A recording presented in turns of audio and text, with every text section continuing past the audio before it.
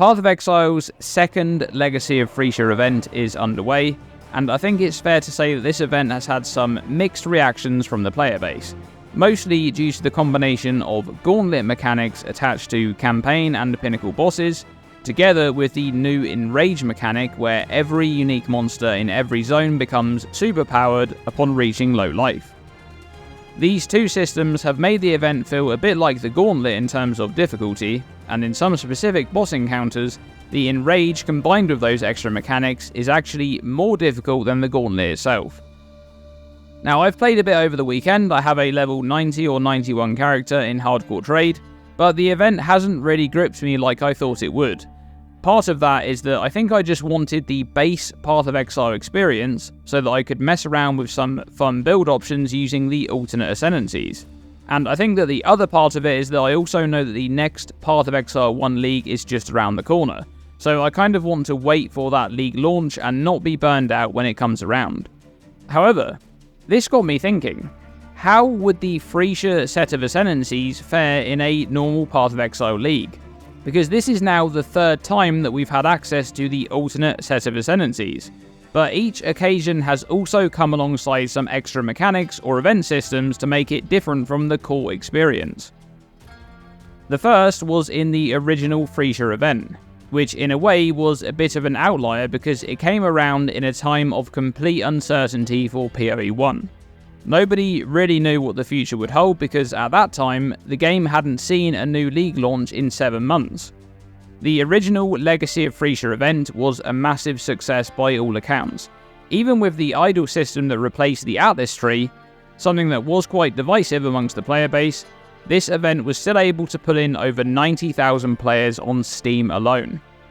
Then, after an 11-month break following the Settlers League, 3.26 finally launched. And little did we know at that time, this league would actually bring about our second access point to the Phrecia Ascendancies as part of Zizaran's Merciless Gauntlet event towards the end of the league.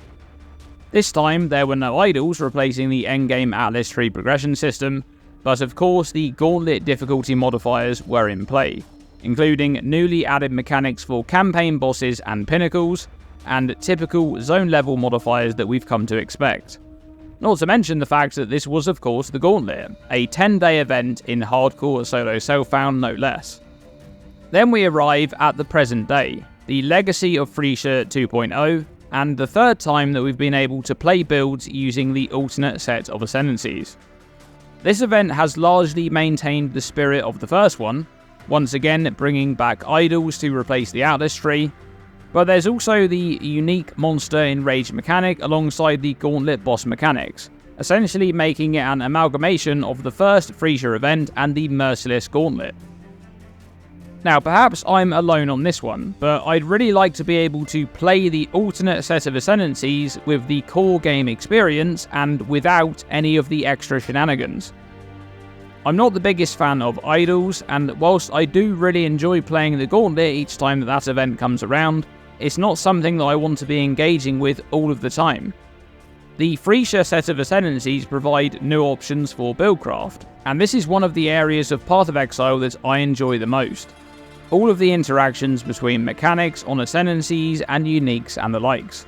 And with the core game constantly getting new mechanics and uniques added each league, there's always going to be potential for new options for builds whenever we do get access to alternate Ascendancies again. And there's no better example of that than in the current league, 3.27, since it added a bunch of interesting uniques like the Grey Wind or the Herald of the Hive Ring, but it also added all of the Foulborn uniques on top of that, not to mention the new Bloodline classes. But I just want to be able to theorycraft and progress those builds in a normal Path of Exile League environment, without the extra stuff added on top. I really enjoy the concept of some of the Phrecia Ascendancies that essentially enable archetypes that either aren't supported all that well by the core Ascendancies, or perhaps in some cases aren't supported at all. For example, the Architect of Chaos is amazing to enable Vile skills to such an extent that you can use them in some cases as your primary skill. Or the Whisperer, which is an Ascendancy that's really all about mana stacking attack builds, something that's not really supported all that well in the base game. Then there's the Antiquarian, to be able to support the Ward archetype and enable some ward stacking builds like never before. And there's also the Bog Shaman for life stacking builds and the Aristocrat for attribute stacking. The list goes on and on. There's just a lot of options going from the core Ascendancies to the alternate set. And in many ways, I think the game would feel very fresh if you had the alternate Ascendancies in place of the core ones, even in the absence of any actual new content. Now, I already made the argument for the Phrecia Ascendancies going into the core game back at the end of the original event, but I think this has always been somewhat unlikely to happen, and even more so now with the addition of Bloodline classes, many of which have taken inspiration from the alternate Ascendancies. Then there's the suggestion that some players have made that the alternate Ascendancies should be accessible in the core game, but only via a unique jewel. Perhaps one that drops exclusively from the Labyrinth chests or from Izaro himself. And then of course there's the Private League option to enable alternate Ascendancies, which was supposed to be made available at the end of the original Phrecia event, but never came to be. And I think this actually makes a lot of sense when you really think about it, because GGG don't want a scenario where some potentially very broken builds are gated behind a private league flag, which then migrates into the normal league.